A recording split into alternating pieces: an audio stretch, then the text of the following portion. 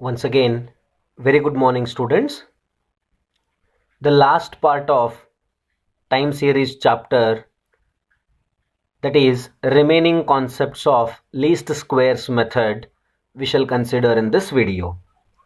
Already we have learnt all these aspects and problems also have been solved. Now we need to concentrate remaining theoretical tasks or theoretical parts of least squares method with its merits and demerits.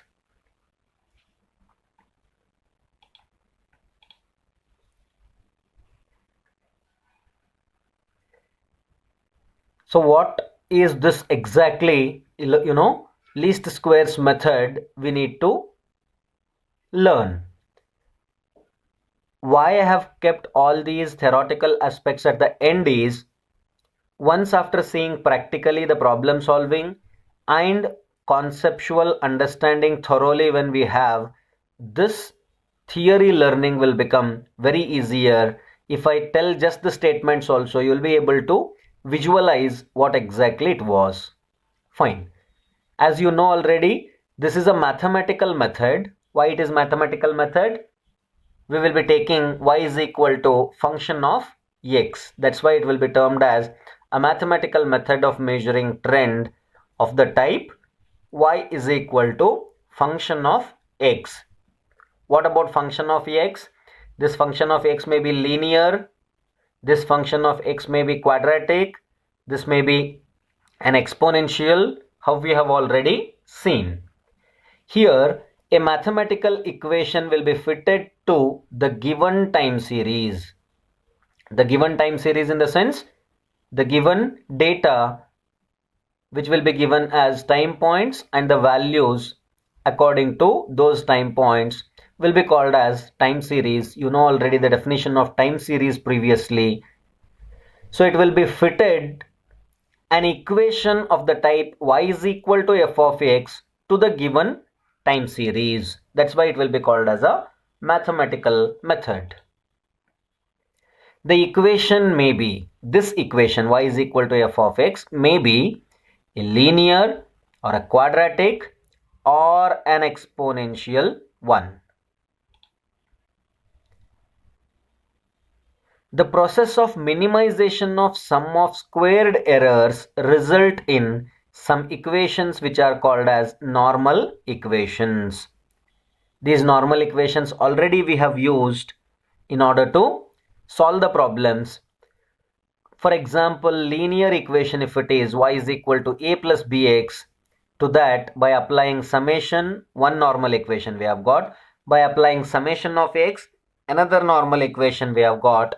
With the help of those two normal equations, we have calculated the constants a and b, which in turn substituted in the main equation as a trend equation, which will be y cap is equal to a plus bx. After having substituted different or various values of x, we used to get different values of y in those time points. In the similar way, it may be asked to define normal equations. What are those normal equations? Statistically speaking, errors cannot be eradicated, but errors can be minimized. In most of the situations, error-less concept we cannot have, but less error concepts we can have. Errors may be positive or negative in terms of its sign. Error in the sense, last year you have learnt already, variation, x minus x bar. That is what is called error. We expect exactly the value to be x bar, but it will be having different magnitude as x. Then what is the difference we will be observing? By chance, if it is 30 minus 37, it will become minus 7. If it is 37 minus 30, it will become plus 7. So it may be, I'm taking an example of some numerical to make you understand, so that those errors may be positive or negative in their magnitude. That's why in order to make them positive, it will be squared Plus, if it is already, square of that will become plus. If it is negative, like square of that will become again positive. That's why the process of minimization, we want to minimize the errors. Error is what? Like x minus x bar. Here we will be writing it to be y minus y cap. Last year we have learned in terms of x minus x bar, but this year in terms of time series we have given the notation to them as y and y cap. Y are the actual values, y cap are the estimated trend values. The difference between those two, we expect it to be 0 in order to get error less concept, but it will not be in practical. Error will be present. That's why y minus y cap will be called as error. The square of those errors should be like minimized. That is what is the statement tells. The procedure or the process of minimization of sum of squared errors with the help of different y values, different y cap values you will be able to get. Y minus y cap, the square when you take, it will become square of errors, and the sum of those squared errors we need to take, that should be minimized as a whole concept. That's why the process of minimization of sum of squared errors result in some equations. When we perform that, it will be resulting in some equations which will be called as normal equations.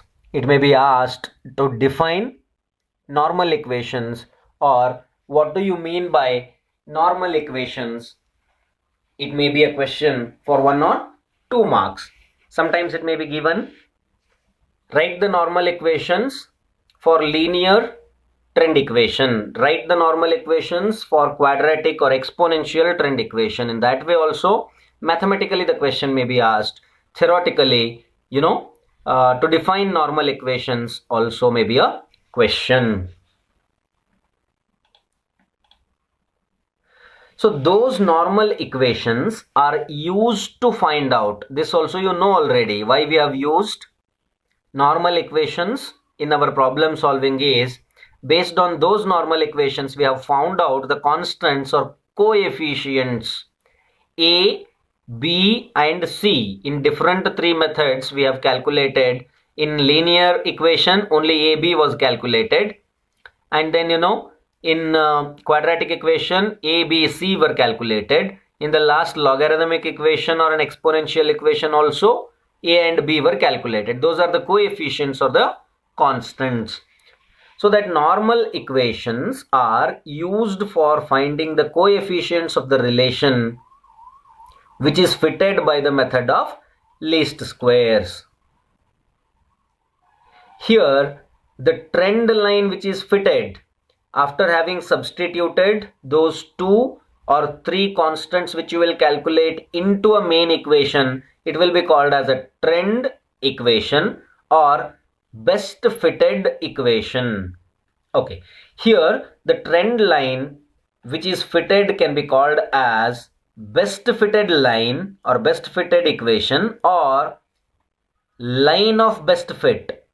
It may be called as the best fitted line or line of best fit. The trend line is fitted to the given data in such a way that the following conditions are satisfied. This is also a very, very important 1 mark or a 2 mark question. Like, what are the conditions?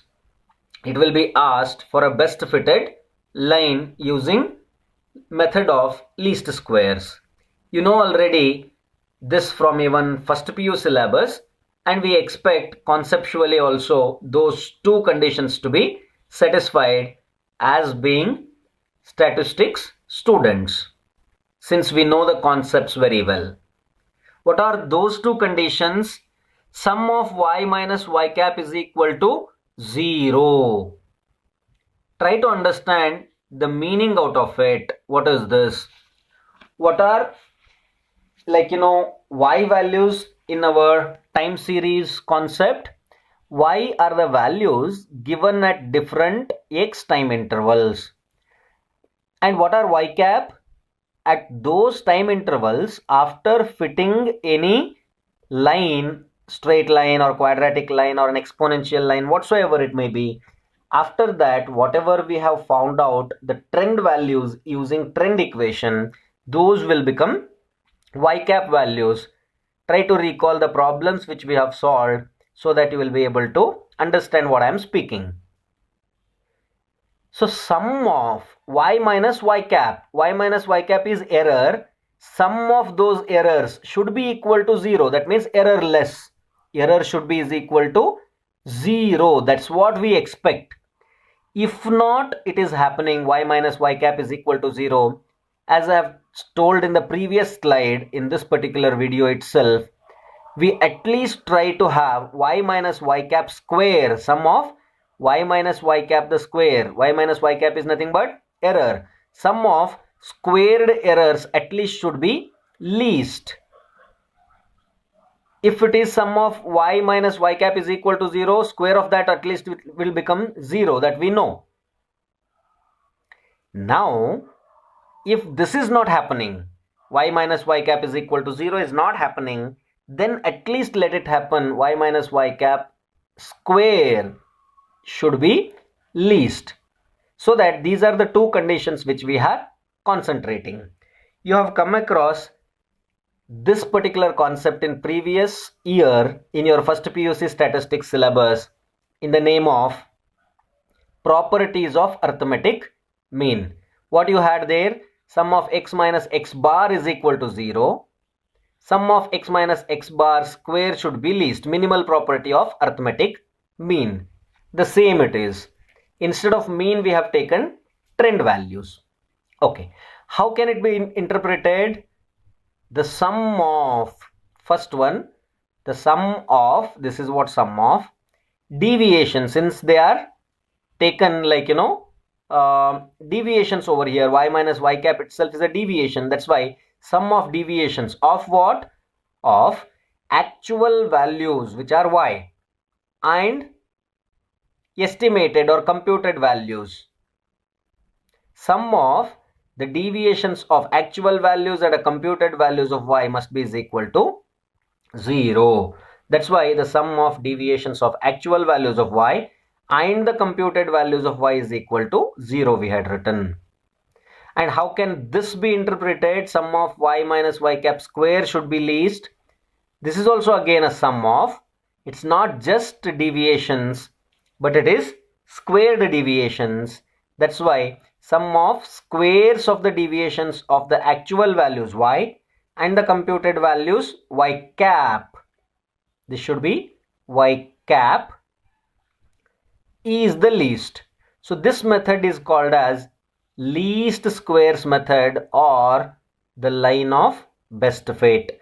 This is the reason we are striving hard to get sum of y minus y cap the square should be least, because this one is almost impossible to get. Sum of y minus y cap is equal to 0.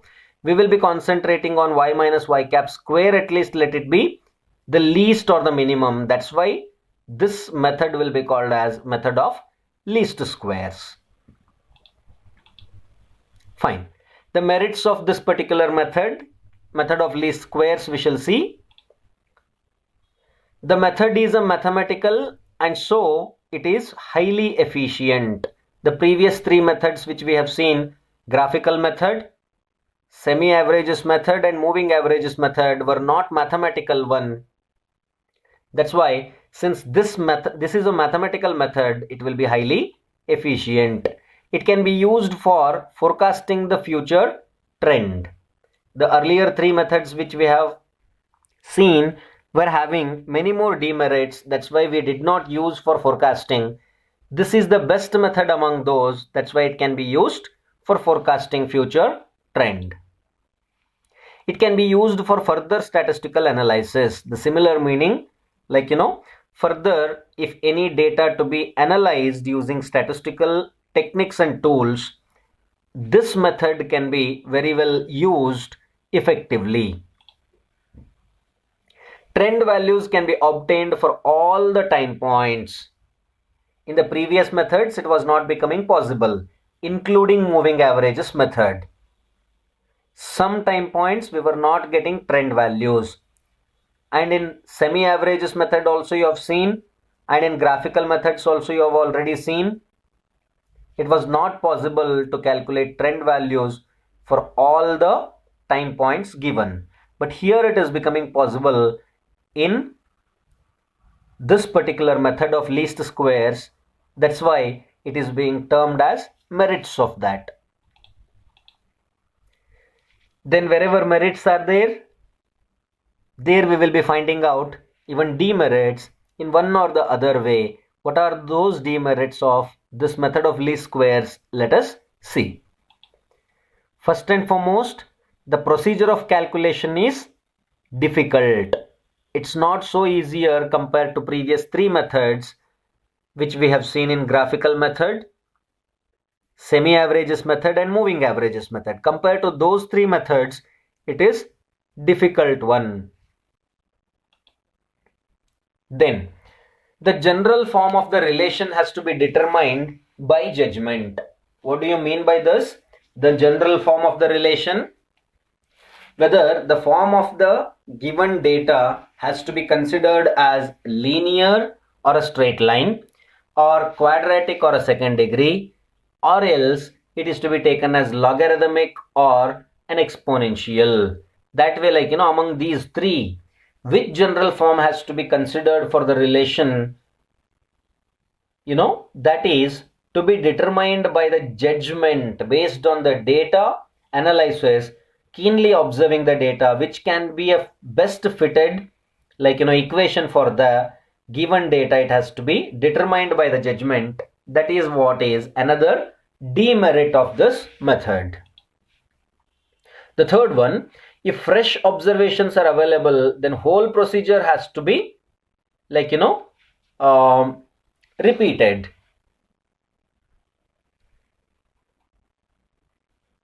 If by chance any fresh observations are considered, one data is taken for our calculation and then we have performed the method. After that, we may feel another observation would have been added to it.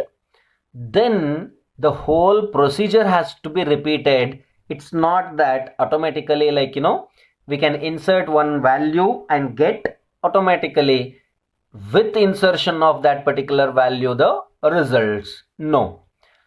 Certainly all the procedure has to be repeated, because all those values which you have calculated, sum of x, sum of xy, sum of x square, sum of x cube, sum of x to the power 4, all those may have to be changed once when you add any further value apart from the considered one, either as x value or together x and y value, to be considered for the whole procedure. That becomes very tedious task. That's why it is considered as demerit of this. So here it completes the chapter time series. Concentrate properly. It is very, very important chapter as far as examination is concerned.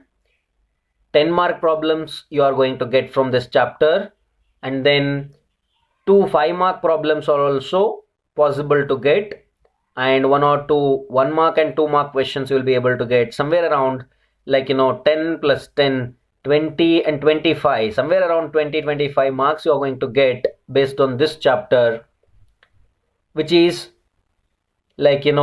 easy to gain once when you concentrate and practice well. It's certainly becoming possible. That's why concentrate and practice very well.